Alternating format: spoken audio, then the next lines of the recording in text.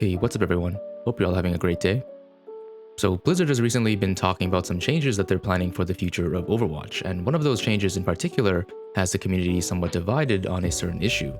You've probably already heard that Blizzard is planning on introducing a healing passive to tank and damage heroes, which naturally is generating a lot of discussion. Interestingly, this was actually an idea that I suggested as a possible consideration a while back in my previous video talking about the state of the support role.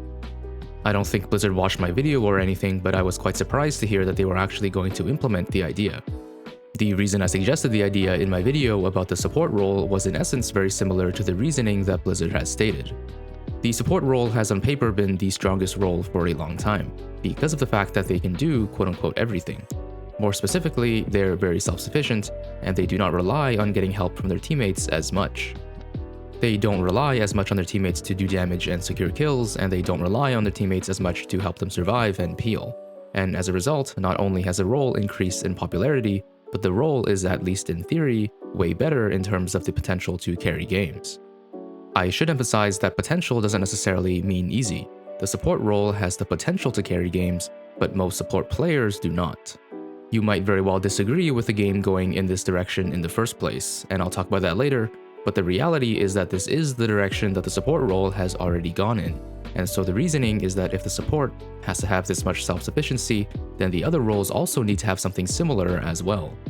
The tank role relies on the support role, and the damage role relies on the support role, yet the support role is allowed to not rely on anyone, not even the other support. And therefore that's quote-unquote not fair to the tank and damage roles. So to make it fair, you simply remove part of what makes the tank and damage roles reliance on the supports, which obviously primarily is the healing, and you allow the tank and damage roles to heal themselves.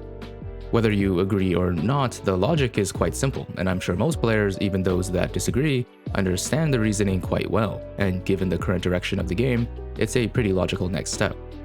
For those that disagree with the notion of passive healing, it's probably not the conclusion that they have a problem with, it's probably the premise. The premise that supports should have been granted so much self-sufficiency in the first place, therefore requiring that everything else be changed to balance around that fact.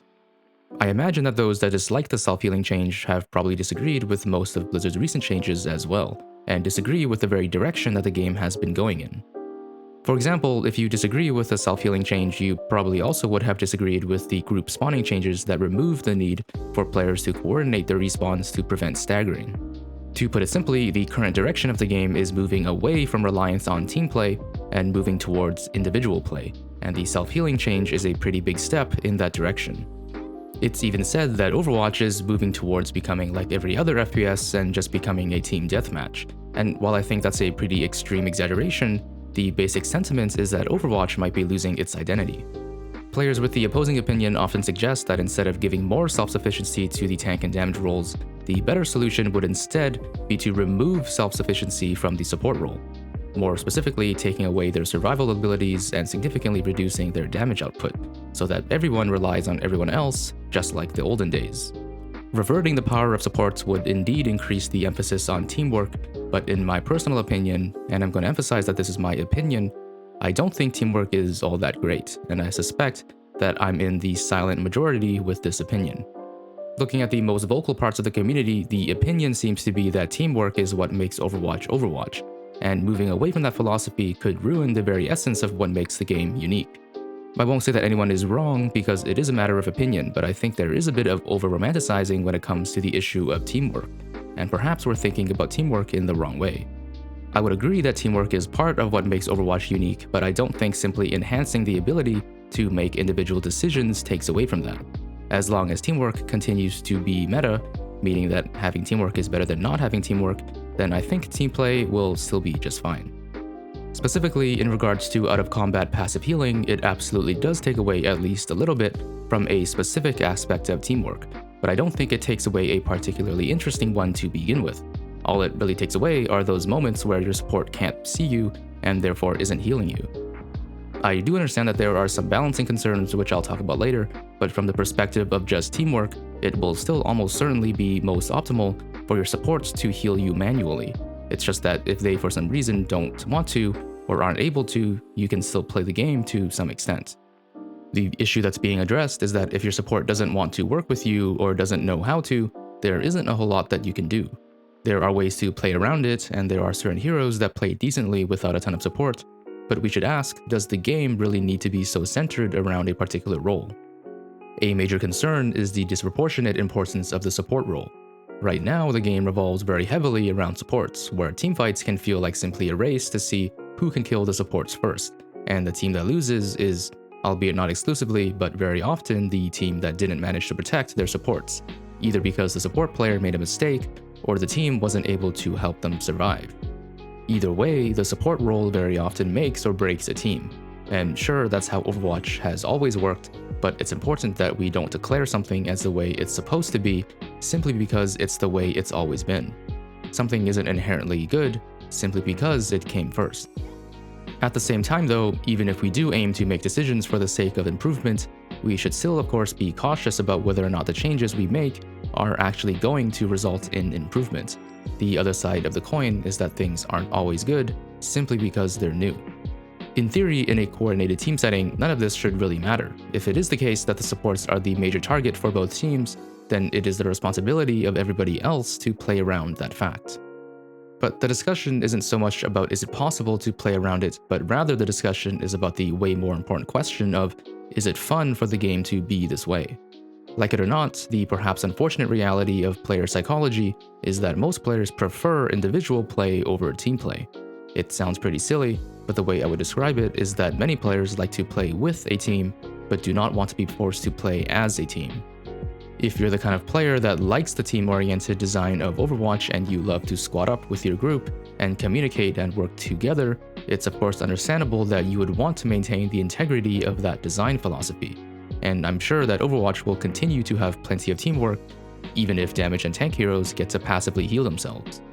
If we're trying to be practical, the vast majority of the player base consists of solo queue players playing with other solo queue players, and as exciting as team play is, in the solo queue environment, the team play elements of the game are more often than not sources of frustration rather than fun. It's just way more likely that your team won't work well together if it's composed of a bunch of random people, and so increasing the value of individual play and giving more players agency and self-sufficiency makes sense if we're trying to improve the experience for as many people as possible. Good teamwork should still be rewarded, but it would be nice if the lack of teamwork, which is the result of things often out of your control, don't feel as punishing. With that being said, understanding the motivation for a change is one thing, but the consequences on game design is another. In particular, there are of course some pretty major balancing concerns when it comes to changes as significant as global self-healing. Healing creep has been a major concern for quite a while now, where players are realizing that sometimes games can feel very tedious because it feels almost impossible to kill anybody due to the large amounts of healing present in the game. So just thinking about adding even more healing is certainly a concern. The devs have responded to this specific concern already and have clarified that the self-healing change is among many other changes, which also include a reduction in overall healing and damage. That of course doesn't guarantee that the changes will be implemented well, but in theory, allowing all heroes to self-heal passively while simultaneously reducing healing abilities spreads out the responsibility of healing across the entire team, rather than just making it the sole responsibility of 2 players. Support might become slightly easier to play since you won't have to worry as much about going out of your way to heal someone who's playing away from your team. At the same time, if the healing passive is significant enough to be useful, it will also probably make it easier to play away from your supports. One of the most obvious implications of this, if we're assuming that the passive is identical on all heroes, is that certain heroes are going to benefit way more than other ones. Intuitively, heroes who are already quite naturally strong when playing away from the team will become stronger, and heroes who do play with the team and heroes that are constantly interacting with the enemy team will not benefit as much, which should affect the balance and meta of the game. Tracer and Sombra are the most obvious concerns, but in general, the healing passive will benefit any hero that can engage and disengage on their own terms, and heroes that do not have to constantly interact with the enemy team in order to get value. Pharah and Widowmaker, for example, are quite difficult to kill, especially for most heroes in the game. Usually, you can at least force them to take cover by poking them out, but depending on how strong the healing passive is, they might become even more difficult to deal with because now they don't need to rely on supports to enable their playstyles. On the other hand though, heroes that do not benefit as much from the healing passive might comparatively become weaker. Most notably, tanks, which as the name of the role suggests, take a lot of damage, and if you need to stop taking damage in order for the passive to trigger, then it's unlikely that you'll be able to utilize the passive very much. Tanks have already been the least popular role for much of Overwatch 2. With healing getting nerfed, tanks are going to be less survivable, and in return, they might only receive a passive that they can barely take advantage of. Meanwhile, if the other roles get stronger, tanks will once again feel weaker in comparison. Adding passive healing to every hero in the game is undoubtedly a pretty major change, and will most likely change up the meta quite significantly. I'm personally rather optimistic, and I'm excited about the changes coming in Season 9. Changes should ideally be improvements, but I think even change just for the sake of keeping things new and fresh are necessary for the health of a game. And that's all I have to say for now. If you made it this far, I want to thank you for watching. Let me know in the comment section what you think about the passive healing changes. If you enjoyed the video, consider subscribing and leaving a like and comment to support the channel. And with that, I hope you have a wonderful day.